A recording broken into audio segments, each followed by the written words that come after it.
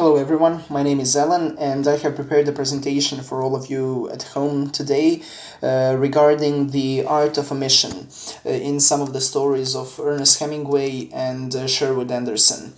So what I would like for you to do is open my PowerPoint presentation, which is also available on Moodle, and follow along there. You don't have to actually watch my video, just listen to what I have to say.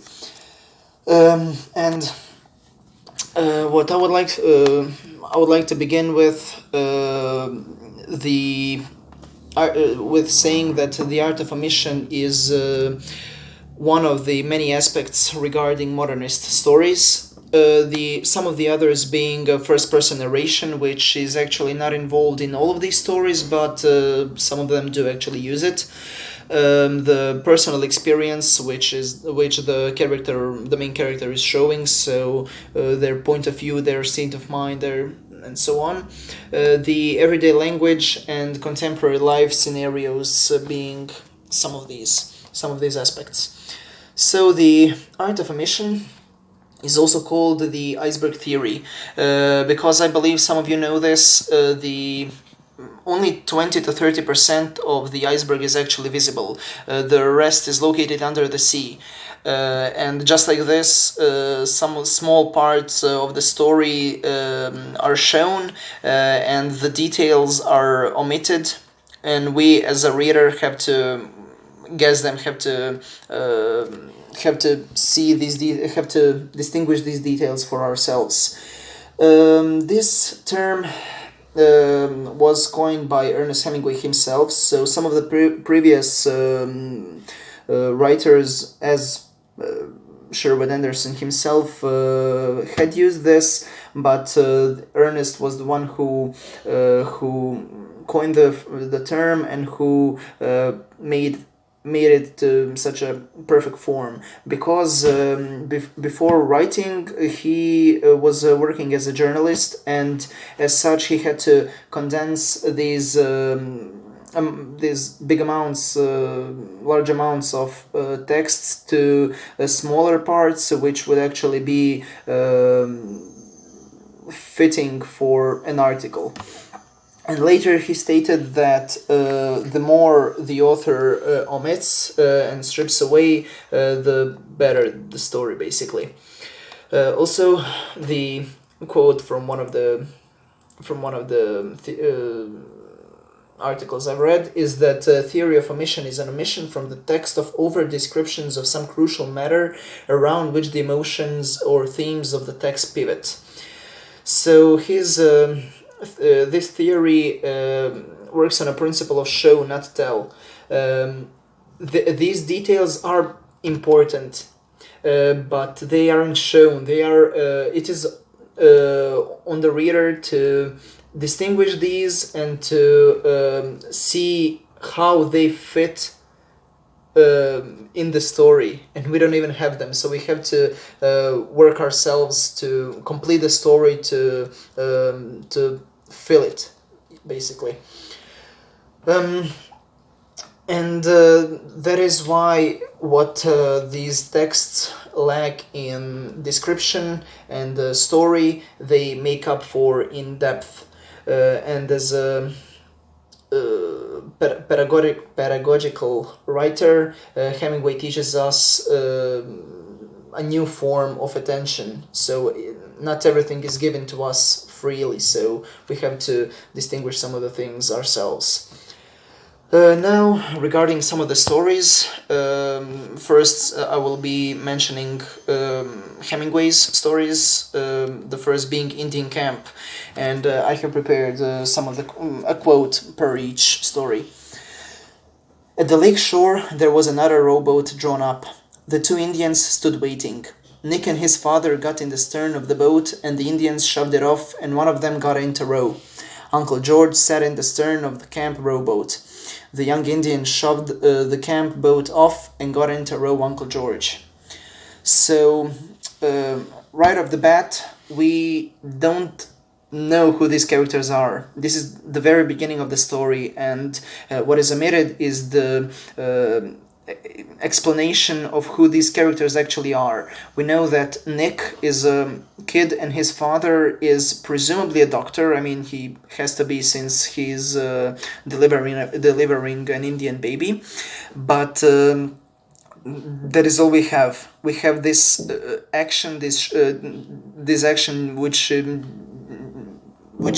durates, I think, for a couple of hours or something like that, and we don't know anything about them, which what had happened to them previously or what will happen to them eventually. So only this small amount of small part of their lives is actually included. The end of something. So, also a quote: "You don't need to," she said. She was afloat in the boat on the water with the moonlight on it. Nick went back and lay down with his face in the blanket by the fire. He could hear Marjorie rowing on the water. So I would like to call this story a love story, but not a usual love story, which actually looks at their love and their affections, but only on the end, and that is why it's called the end of something. So their breakup. It's interesting to me how like during the story from the get-go we have Nick who is building up courage and thinking of a way to break up with his girlfriend, and at the end when he does that, I mean she notices something is wrong, something is off, and when he does that she goes away and he feels as if a burden was taken away from him, so he's finally at ease at the end of the story. Soldier's Home. So I had previously read Soldier's Home, but now when I read it again, I looked at it in a different way. God has some work for everyone to do, his mother said. There can be no idle hands in his kingdom. I'm not in his kingdom, Krebs said. Your father is worried too, his mother went on. He thinks you have lost your ambition, that you haven't got a definite aim in life. Charlie Simmons, who is just your age, has a good job and is going to be married. The boys are all settling down. They're all determined to get somewhere. You can see that boys like Charlie Simmons are on their way to being really a credit to the community. So after coming from World War I, Krebs is left with PTSD, or which was then called shell shock after World War I. And I have only now looked at it in that way that what shell shock or PTSD actually does is it has great mental bearings on every person who experiences war, and these experiences, these moments from the war aren't shown. So we have to see for ourselves, we have to imagine what atrocities they go through and how bad of a situation it actually is. And it isn't written in the story, we just have to conclude it for ourselves, basically. Mr. and Mrs. Elliot. Elliot kept on at the chateau in Touraine because he had taken it for all summer.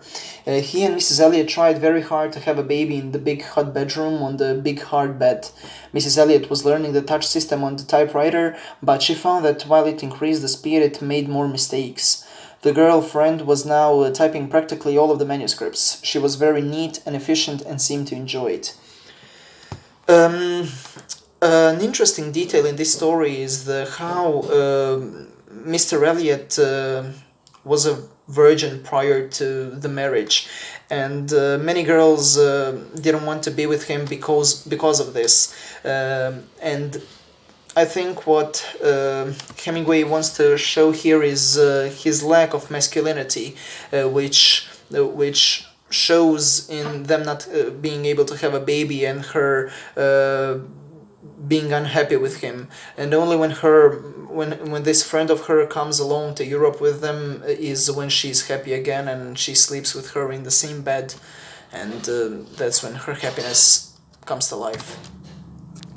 Big Two-Hearted River, Part 1. Nick was happy as he crawled inside the tent. He had not been unhappy all day. This was different, though. Now things were done. There had been this to do. Now it was done. It had been a hard trip. He was very tired. That was done. He had made his camp. He was settled. Nothing could touch him. It was a good place to camp. He was there, in the good place. He was in his home where he had made it. Now he was hungry. So, this is, in my opinion, this shows what omission actually is. So this shows how Hemingway wrote his stories in the same way he wrote his for these articles for the newspaper. So brief sentences, dull sentences which don't make much sense in of itself, but as a whole they actually have a meaning, and these because they are so short they actually have a higher impact on you. So to see also Nick comes home from war, and also this shows this this struggle. Okay, so now moving on to Anderson's stories, The Book of the Grotesque. The brother had died of starvation, and whenever the carpenter got upon that subject, he cried. So also this sentence kind of sums up this omission for me. So we don't know anything about the brother or the carpenter. We don't know how they lived before, how who they were. This crying isn't described very vividly. It just says that he cried, and it should be logical that he cried because it was his brother who died. But it isn't like not a grieving process isn't showed, and we just have this raw action of crying. The passage from Hans. In the presence of George Willard Wing Biddlebaum, who for 20 years had been the town mystery, lost something of his timidity and his shadowy personality, submerged in a sea of doubts, came forth to look at the world. So what is lacking here is, in my opinion, the logic behind the accusation. So I believe and I know that parents would be afraid and outraged in such an action, but the action isn't true. So we don't know why they believed their children, so when they didn't check if it was actually true, and if he has anything to say for himself. One father started beating him, and they disregarded him. So, in the text Mother, we have this passage. Listlessly she went about the disorderly old hotel looking at the faded wallpaper and the ragged carpets, and when she was able to be about doing the work of a chambermaid among beds soiled by the slumbers of fat traveling man. So, Elizabeth and Tom obviously have an unhappy marriage. They are resentful of one another, and the only thing actually keeping them together, I believe, is their child, who for whom Elizabeth wants to be successful when he grows up. And I believe that, yes, their relationship isn't really described, the emotions aren't shown as such, and this is why I believe that these faded wallpaper and ragged carpets, these are the two motives which actually show their state of mind and their resentfulness of each other, and how they are actually unhappy in this marriage. So they are broken and damaged and like truly unhappy as these as ragged carpets would look like, basically. And respectability, final story. Her mother sent for me, he said. She wrote me a letter and asked me to come to their house at Dayton. When I got there, it was evening about this time. So his mother-in-law sent for him, sent a letter for him to come, and when he came, she sent her daughter in naked as a sex object, as a sex symbol, and this is what really hit the nerve, and he snapped and hit her with a stool. So this isn't of course a right thing to do, but I understand why he did that. He lost the faith in women altogether, so he does that in a sort of rebellious way. But what I found lacking here is the complete woman's perspective on this. So his ex-wife, isn't really. She doesn't say anything. We don't hear a dialogue between them or her side of the story. I get that she was the one who cheated 3 times, but I still believe that she had something to say which is totally disregarded. And that would be all. Thank you for your attention.